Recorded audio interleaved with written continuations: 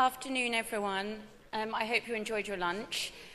We'd like to remind you once again, if you could please ask questions. They are anonymous, and you can ask them on the app, and we will then give them to our moderators for our sessions. We're starting off this afternoon with due diligence, case studies, investigate, and evaluate. I think we're in for a very interesting panel. If I could please ask the panel to make their way to the stage. This session is moderated by Stephen Nebb, Managing Director, DUFF and PHELPS, Raphael Bouzy, Co-founder and CEO of DATARAMA, Frank Marinaro, Managing Director and General Counsel, China and Southeast Asia, WARBURG PINCUS, and James Pearson, Chief Executive Officer of Pacific Risk Advisors. Stephen, over to you. Yes, thank you. So thank you. I have a distinguished panel here today that I'll allow them to introduce themselves here in a second.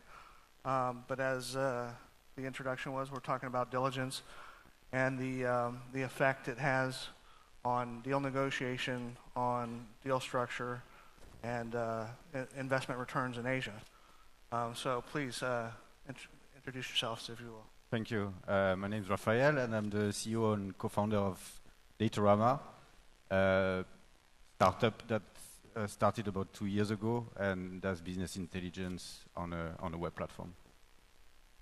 Good afternoon. My name is Frank Marinaro. I'm the General Counsel for China and Southeast Asia for WARBURG PINCUS. I've been working in China for about 15 years, living here for about 8. Good afternoon. My name's James Pearson, CEO of Pacific Risk Advisors. We're based here in Hong Kong, and our specialization is ESG risk advisory. So obviously today we're going to be talking about the impact of ESG due diligence and how you're going to build what the information is into your own decision making. So I look forward to a good conversation here. Thanks, James. So in setting the stage, James talked about one type of diligence, ESG, but there's others out there that I want to highlight. You know, there's obviously commercial diligence, legal due diligence, investigative, vendor and customer screening. So, you know, I'd be interested in hearing about how you guys phrase what diligence is, what your specialty or area of specialty is, and what you typically focus on here in Asia, because obviously it's a very unique market versus other global markets. But you know, go ahead. What your kind of diligence entails? Well, I'd like to think that an holistic approach to due diligence is very important, especially in this part of the world. So while most of our client comes to us to understand the reputation of a company or the management of a company, we also look at financial information, you know, their litigation records, and try to have an holistic understanding of the company and the group as a whole. But yes, most of our clients are mainly interested in the reputation, see if the company is exposed to any corruption risk, bribery, anything that is related to FCPA, the Foreign Corrupt Practice Act, is particularly alarming for our clients. So we often focus very much on that. Okay. And Frank, the GP that's on the panel, are there areas that you focus on or tend to focus on that, you know, are unique to Asia? Yeah, it's like you said, Stephen. It's very broad. Diligence is very broad. It's a broad area. It encompasses everything. When I think of it, it's regional due diligence. Where are you investing? Industry due diligence. What you're investing in. People due diligence. Who are the people at the company where you're investing? Then you're thinking about things like legal due diligence and regulatory due diligence, and then financial due diligence, whether or not the model that you've built actually works, given certain assumptions. So all of that together requires different types of work and researching of data, and then you put it all into the mix and you make make an assessment as to whether or not it's an interesting enough opportunity to move forward. But it is very multifaceted. From the ESG side, effectively we cover all those other gaps that you haven't covered already. Unfortunately, we're often asked to do this in the last 2 minutes of the deal, but we get used to that. But what I would actually just like to say from the very beginning, what is ESG? Or how do we see ESG as opposed to anyone else seeing it? The ENS is short for Environment, Health, Safety, Social and Labour. 20 years ago it just used to be environmental, so the whole scope has changed a lot more. The governance side, we're not looking at shareholding structures. So if you want someone to look at that, then that's invariably going to be covered by the legal and the financial sides. But what we are looking at is how are the operational risks from an ENS perspective of that company or of that organization, how are they being managed and represented, and if there are any significant issues out there that the company needs to be managing, how are they governing those risks? Are they actually just ignoring them? Oh, they're not there, they're not worried about it. That type of the governance side. I've used one example earlier, and it's a bit like if a company's making a shed load of money and they've got child labor and the board is letting that happen, that's a governance issue. That's the type of thing we're looking for. Now, I'm not saying that every day we find child labor. In fact, rarely we do.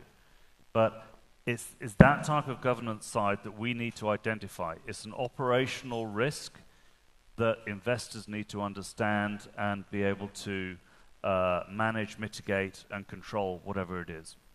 So that's where ESG comes in, and we will see, if we can, what's come out of the financial and legal in some of these areas. It could be planning issues and permits and approvals that other sides have done, but actually there's an ESG element as well. So ESG is actually an all-embracing and all-covering set of topics that we need to look at from business management plans, crisis management, through to regulatory compliance. Sounds good. So one of the issues here that I found quite often is when a change in management happens. It doesn't have to be a 100% takeover. It could just be a minority position. But understanding the players, and Frank mentioned, knowing that that's part of diligence. But the behavior of a company, the behavior of the players may change based on a transaction.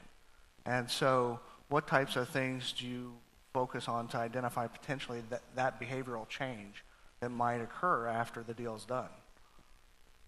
Anything in particular, Frank? Oh, from my end? Yeah.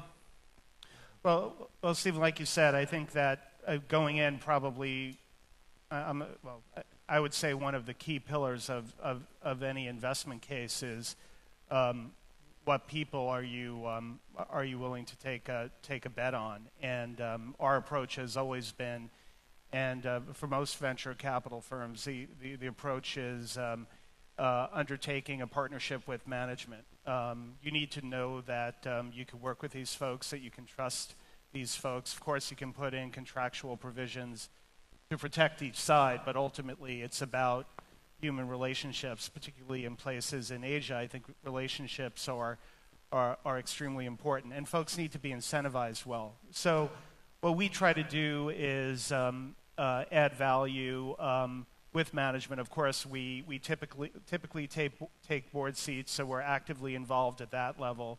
But we also provide for our portfolio companies free of charge help with respect to scaling up their operations. And we do that in areas like IT, finance, even HR, with respect to helping them grow their teams in the areas where they feel that they need help. And we do it in a way that it's not us coming in telling them that you necessarily need to change A, B, and C. Again, that's not how we work, and it's not really a model that we like to follow. But it's done in a very collaborative way.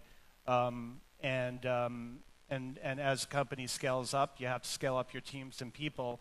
And by doing that, you have the opportunity to get to see what goes on more at an operational level, where there are challenges in a way where you may not necessarily see it at a board level. I mean, you see a lot if you're a good board member by asking the right questions.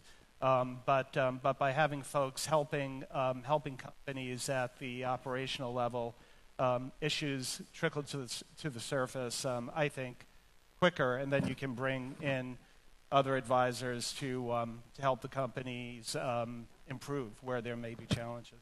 Thank you. James and Raphael, I think one of the other interesting things, and we talked about this prior to the meeting, is how data is collected. Typically, there's a lot of desktop operations globally, but in this region, getting access to data and identifying the right key information points that you need can be more hands-on.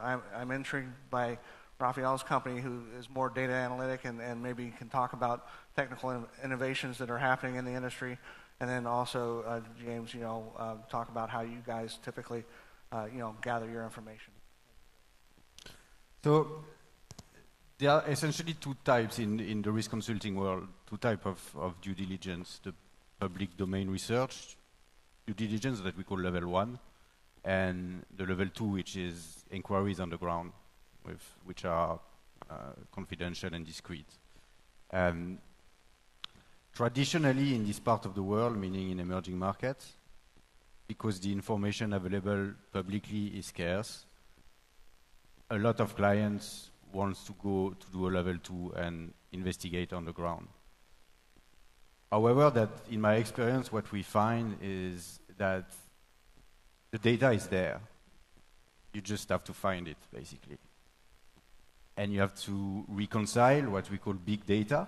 So that's what everybody has access to on the web, but the issue there is the volume, with what we call low volume, high value data. So this is your corporate structure of private companies in Indonesia.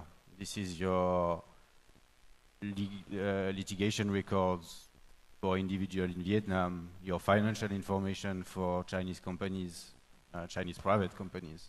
All this data that is somewhere is in the public domain, but is not easy to access. Sometimes it actually has to be retrieved manually by lawyers or by people who are accredited to do so in the country. And it's really when you start merging the big data with this high value data that you start closing the gaps and seeing interesting stories. For example, it's very a recent example that's very obvious is the leak, so the Paradise paper, before it was the Panama Papers. So we ingested all this data, which is a huge volume of data, which goes way beyond what you see in the media about, celebrities, football players, politicians hiding their money in offshore jurisdiction.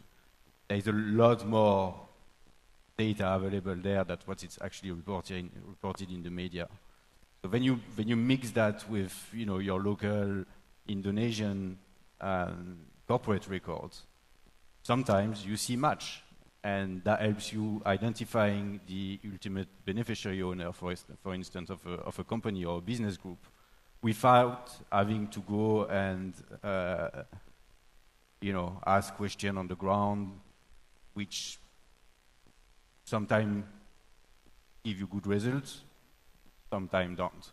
So I guess in this part of the world, this side of the business is still essential to answer very specific questions that cannot be answered in the public domain. But really having a good look at the data, the publicly available data to start with, help you narrow down the scope and really focus on the piece of the puzzle that are missing. And you do this kind of independently. You don't really take company self-reported data as much. You pull it more from public sources. So yeah, we we get the data everywhere, which is available online. We do it in-house, but obviously we cannot have an employee, a set of employees in every single country to go and manually retrieve files. So we use subcontractors to do that in every country. But if I may add, that's really the question, the difference between what we call KYC and what we call due diligence. I like to make the distinction because KYC, it's not for you guys, it's for like retail bank or maybe private bank, commercial banks. But the volume is so huge that you cannot have a human involved in every single check. So you really need to rely 100% on new technologies to do it.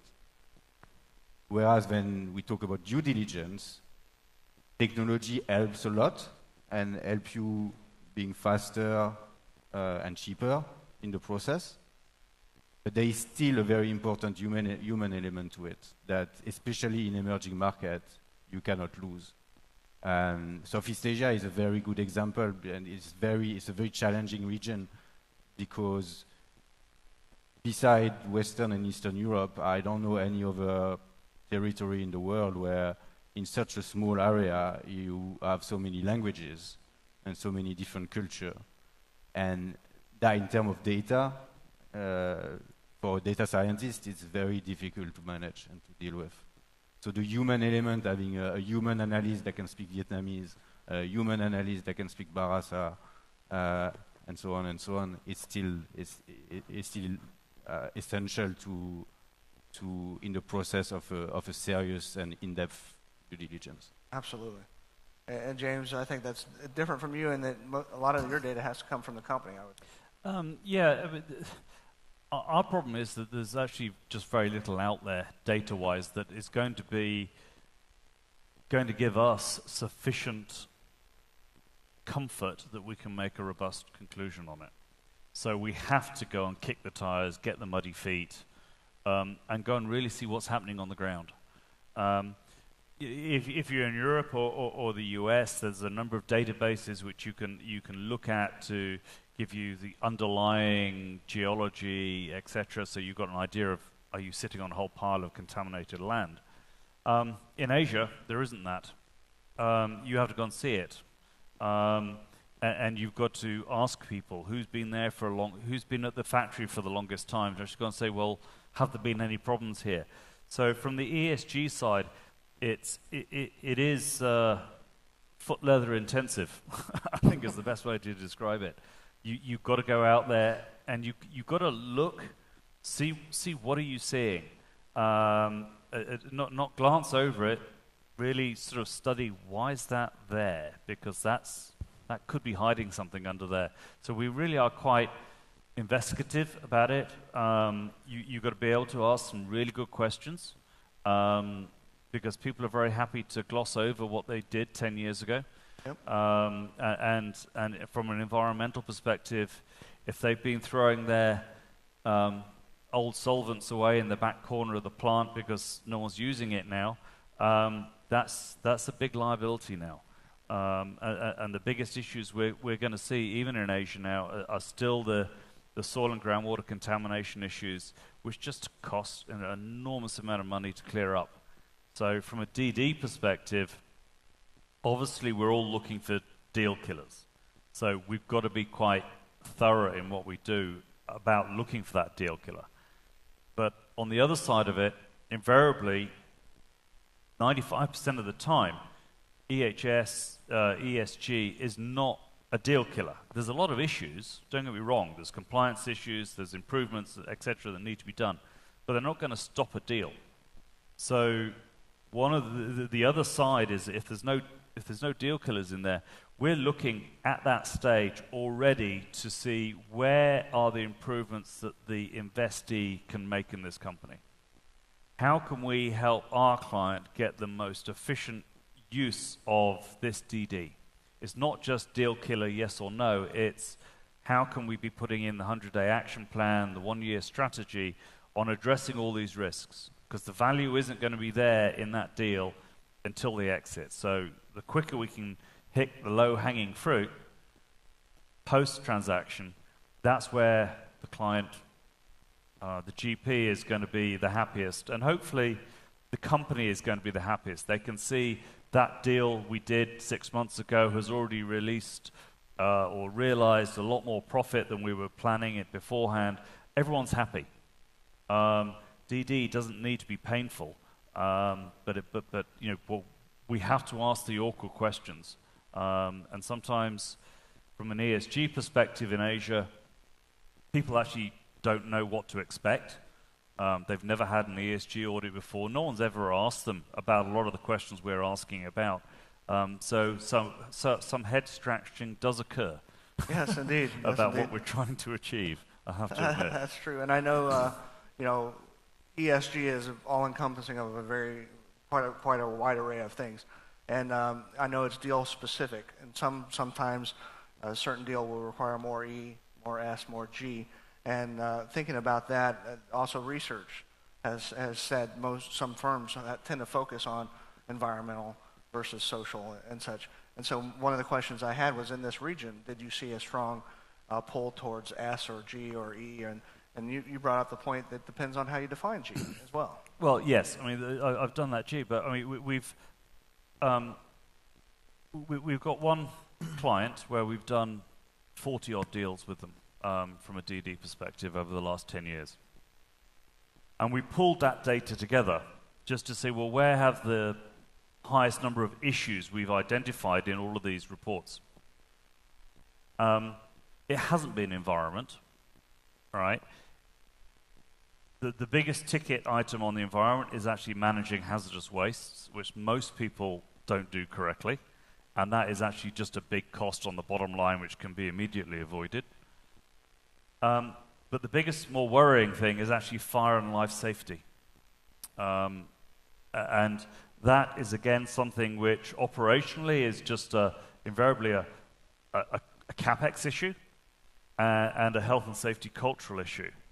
But if you wanted to go back and look in for the last 10 years, how many factories have been had major accidents, and we've had numerous people killed because of fires, of blocked fire exits, etc., etc. All this sort of fundamental stuff, they are big risk issues to an investor. The last thing an investor wants is, on day one of their investment, a fire breaks out and they lose 300 workers, right? And these things can be fixed very, very quickly. So from the data that we've looked at over the 40-odd deals, it's been waste management, and then it's been fire life safety. Social issues really have been a very low level of high-level concern, okay? The biggest ticket items are going to be the fire life safety aspects of the operations. Very good. And one of the key challenges, I guess, except for the regulatory side, you've already touched on some of the waste management. That's pretty straightforward. But measuring the initiatives that come out of ESG, you work with management, or you identify kind of the key KPIs. What kind of examples do you have there, and you know, what might be some of the key indicators of progress? Well, actually, this is one of the things that the PRI are actually going through a lot at the moment, of just trying to come up what are the relevant KPIs. And yesterday at the ESG conference, it was a lot of, well, what do we measure and how do we report it? There's no consistent answer to that at the moment. So I rather try to throw it back to the GP. What industry sectors are they investing in? If a GP can come up with between 5 and 10 core KPIs that each portfolio can measure and easily report on a quarterly basis for the board meetings, that's going to help the GPs report back up to the LPs, and then the LPs have some consistency. But you know, if you're a GP looking at high tech, etc., you're going to have a completely different set of metrics than if you're in food manufacturing. All right, apart from maybe the general ones, which are going to be accidents and incidents. Okay, everything else could be different, and maybe carbon footprinting. So the real question on the metrics is, people are going to be pulling together information and metrics they think are going to be representative of the performance of that business, which they can measure and show good or bad. Where are we going in the future with this is the ESG reporting tying in with the other types of reporting. What are we going to have to be capturing and reporting in the future? And how should we be doing that now? And what value is it going to be? I mean, is it going to be climate change impacts? Is it going to be the carbon footprint of the operations? Is it going to be carbon footprint of a product? Who needs that information? And then how are we going to do it? So I think there's some fundamental challenges in KPIs about what's going to show a good performance. Absolutely. And in your experience for ESG, the driver or the catalyst with the GP hiring you to do this work, is it more focused on risk management? Is it from the investors, the LPs? Is it making its way into the LPAs in this region? I know in Europe and US it is.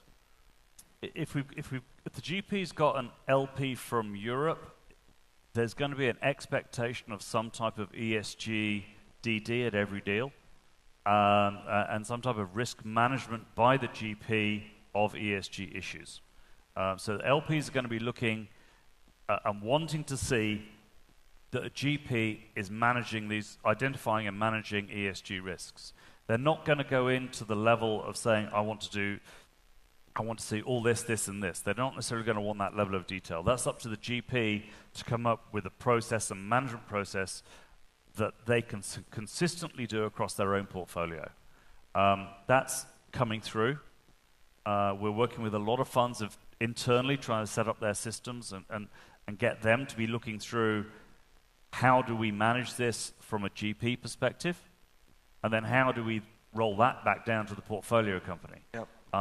This whole flow of information is all risk management information, which Raphael can actually be utilizing later, but it's not there sophisticated yet. But it's the LPs are wanting it. There's more and more pressures from different institutions wanting that information.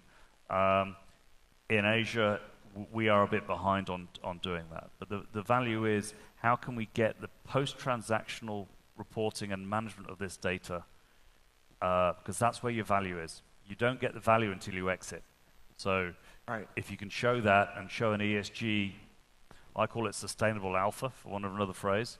If we can show that one way or another, that would be a great way of really showing the values of ESG. Excellent. Well, I think there is quite a huge reputation risk attached to it now as well. Like, just to give you a couple of very concrete examples, some of you in the audience may be coming from Singapore. You know that at least once a year we have the haze issue. Sorry, I'm French, I can't say H. The haze issue. Haze, that's fine. Purple haze. And that makes basically front page news.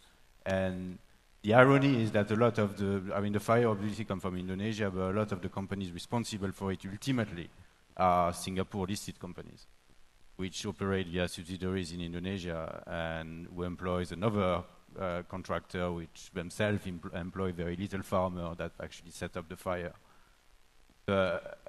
Then, the whole of Singapore is blocked for 3 or 4 days and no one can go to work because the air is too bad. It becomes a real issue, and it becomes obviously a real issue if you're the investor behind the companies that are ultimately responsible for this smoke. I've also done an investigation once on a company that was burning forest in Borneo, where basically orangutan were living, and they were essentially burning orangutan with all the NGOs like screaming. This is not good for your reputation, obviously, and of the company, but also of the fund or the banks that is behind it. Thanks for that story. Shifting a little bit of focus now to kind of the financial side. The last 5 years have seen great growth here in Asia and China. But with that, multiples and the increased competition in this private equity sector have pushed multiples certainly much higher than they were at the beginning of the 5-year period. I think the average multiple now is around 17 times. In China, it can be almost 30 times. And so where a lot of funds were getting their returns were from this multiple expansion as well as high revenue growth. That's probably going to be stabilizing quite a bit. And where funds are going to need to focus now, at least my expectation, is they're going to have to work harder on margin expansion and looking at exit M&A deals. And so one of my questions to the panel, but specifically to Frank, is, how do due diligence reports get leveraged in the negotiation process? Do they, get used to change the price, maybe change the multiple? Obviously, there are contractual things that you can highlight too that are in place as far as trying to mitigate risk. But clearly, identifying areas where margin can expand is also something that you might embed in contingencies and things like that. Sure. Yeah, I mean, I think things have changed. I don't think it's necessarily changed this year. I think it's changed probably a while ago. That you can't just come here now and ride industry waves. You need to actually find the right company and the right type of investment. I think that auctions are always expensive, and they become very expensive here given the competition.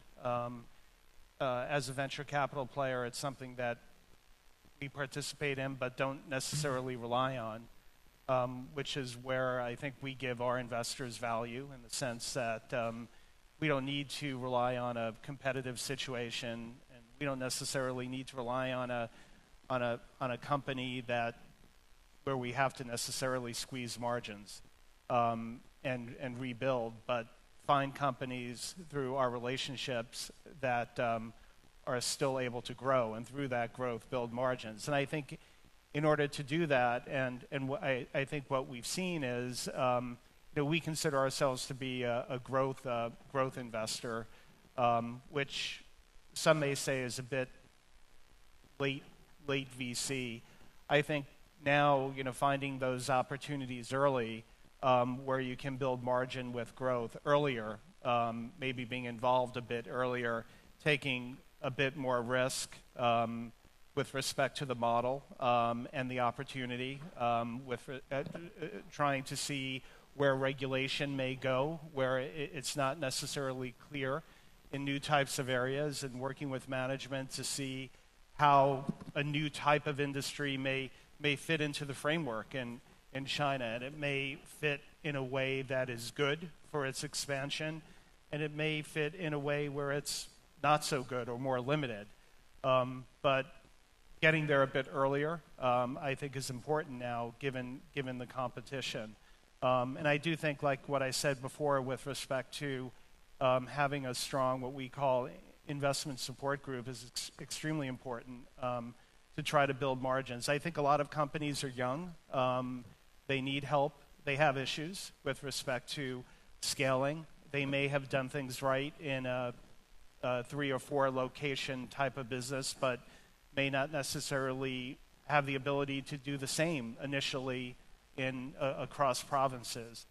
And by helping people get involved early and building those teams and helping people become more savvy financially with respect to financial management and risk management is important. And doing that without charging the companies for it, I think, is important. It's part of what our LPs are paying for. And that's, I think that's become a differentiator for us.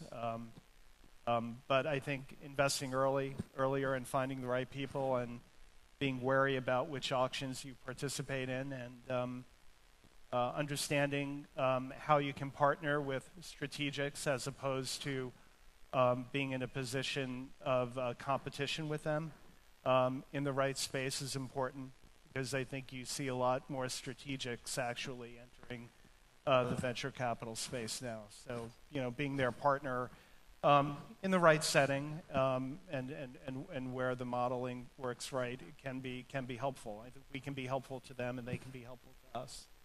Yep. Yeah, go ahead, Raphael. If I may add to your questions, I find it quite interesting, because ultimately, we design this platform to basically do due diligence. But what we found is that a good amount of our clients actually use it to identify investment opportunities, but also to find leverage. So, linking back to your question, does the due diligence process affect the value of the deal? Often we have clients coming to us using our platform to find those spots where they can go back to, the company and say, finding underutilized assets, finding, can be anything. Skeleton in the cupboard. That's excellent. Misvaluation of some assets. And we see that more and more. Okay, that's great. That's one of the strategies. Go ahead, Jim. Just from our angle is that we've been seeing over the last 3 or 4 more years more vendor DD from an ESG perspective. So we're looking, someone's exiting, whatever that is going to be. 6 to 8 months before that happens, we go in and effectively do another DD assessment. It's written slightly differently, but we're basically saying this is as it is today from an ESG perspective, and that will go into the data room. And as much as that is the company that's doing the exit is controlling the DD process by the vendors as much as they can. DD can be very disruptive to a normal business operation. So whatever can be done at the data room stage to control the disruption of this DD process is something that should be done. And from our perspective, if our report's in there and the purchaser or the second investor wants to come in there, there is a reliance that we can do on that report. Got it. So it's not just there and say, well, how do we trust it? Well, we will offer reliance on that report for whatever period of time, such that can actually help that flow of that deal. Absolutely. So that's kind of sell-side diligence in a way. Yeah. I think. Yeah, and on the sell side, I think we've started to see more. Well, with us on the buy side, in certain situations with some sellers, we've seen the entry into this region of more of the rep and warranty type insurance. Doing that as a bidder could potentially make yourself more competitive in certain situations. We've seen that elsewhere in the world. We're starting to see that more here and now. Other ways we try to sort of de-risk things on going in is tranching our investments, providing a certain amount of money for the company to begin. And I know others do this as well, but providing a certain amount of money for a company to get to a certain stage, and then conditioning the next set of money on achieving certain goals. We find that to be a very positive way to do it. I think it's also good for our own investors from an IRR perspective. There's no need to bring in all that money up front, and it also de-risks the opportunity. And we like that way because it's much more of a positive way to do it, as opposed to there are other ways that you can structure an agreement to be more punitive, in the sense, alter the capitalization in a way that makes your old investment worth more. You can't do it that way, and I can't say that we wouldn't look at that as an option, but we prefer the much more carrot as opposed to a stick approach. Absolutely. So tranching is slightly different from contingencies. Do you employ contingencies to hit? Obviously, you hit a certain EBITDA or revenue target, it triggers a payment, but it's a little bit different in that probably goes to the founder's pockets versus funding the business. Right. I guess where we would prefer that the founder continues to stay in, as opposed to, so it would go into the business and essentially dilute a founder, as opposed to giving a founder an opportunity to exit, at least in the early years. Okay. Sometimes you'll see founders who need, for certain reasons, some level of liquidity, and of course that's something that we would of course discuss with them, depending upon what else is happening in their professional lives. But we can't we can't have them decouple the risk. But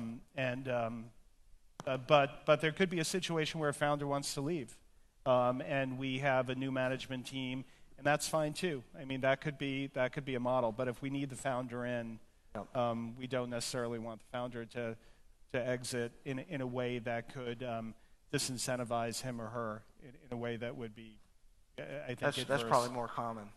To keep the founder in and involved. Yeah. So we're down to about 5 minutes. I don't know. We'd certainly love to have some questions, if there are some. Okay. Don't see any. So for the last couple of minutes here, I have a couple of other questions. Diligence has been around for a long time. There are new things coming up with technology, deal structures. If we're on this panel 3 years from now or 5 years from now, do you have any kind of prediction of what we might be talking about? What might be the new risks? What might be the new ways of addressing that? Do you have any thoughts on that, Raphael? Well, I guess I'm going to defend my shop here. I think data-driven due diligence and analytics is going to become more and more important simply because data is more broadly available, including in emerging markets. I've been in this business for, I don't know, like almost 10 years now. And I remember at the beginning, it was everything in every single country had to be retrieved manually in terms of data, of official data. And now you start seeing websites in Indonesia, in Vietnam, a government website. So it's very difficult. You have to speak the language, and you have to have a local credit card. There is all these things that are preventing most people to access the information. But at least it's somewhere. It's progressing. Yes. And really, what we see is that the value of data is decreasing because it's becoming more broadly available. And it's really the analysis of the data, the analytics, that brings the value to the data now. So, yeah, data-driven due diligence is, I think, is going to be key. And also, in that process, what I think is going to happen is that instead of having siloed information shared between different organizations, you will end up with platform with all this data in, which will fasten the process and making more, a lot more efficient. ESG is still evolving, so it's a tough crystal ball, but give it a shot.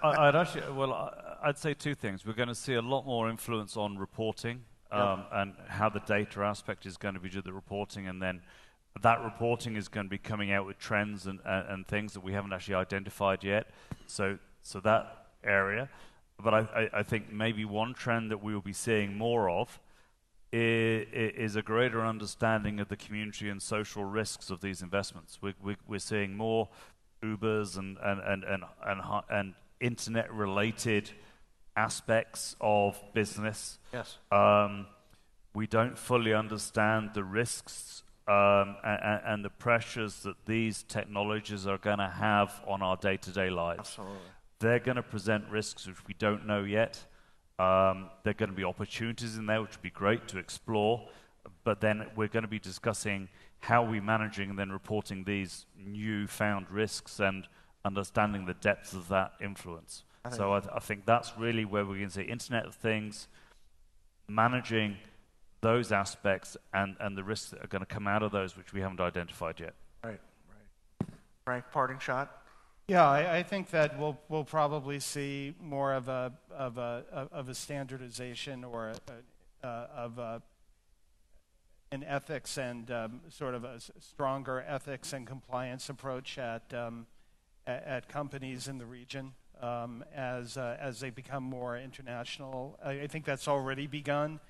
And I also think that there'll be a greater expertization of advisors in the different regions. I think that that's, of course, happened. I would say that it's happened a lot with the accounting firms, in the sense that I think we have great people in developing nations. And maybe we need more of the great people helping us with things like financial due diligence and industry due diligence. But I see that standard of people in these regions that are still developing, growing, which for us has given us a level of comfort to be able to enter into new markets. And I also see that with law firms. I mean, we've seen mergers of law firms, but I do think that the standards of law firms have been improving in some of the developing regions as they continue to get people who have experience from I would argue from the more developed nations, into their ranks, into their partnership ranks, and building those practices. So I mean, I've been pleased with the trajectory, and I just think that as we look back now to what it was like maybe in 1998 or 1999, where folks were investing and there was this idea of China risk, and money was invested in different places in small amounts, with hoping for big hits without really a lot of opportunity to completely expertise your diligence. I mean, now it's so much better. I mean, you get people that are great and can give you answers quickly. You have the ability to secure data in one place with folks like DATARAMA. I mean, our LPs are worried about ESG. We have folks out here. I mean, it's a lot different than what it was 15 years ago, and I just think that trajectory is going to continue. Excellent. Thank you. Please join me in thanking these gentlemen for their commentary and insights. I really appreciate it.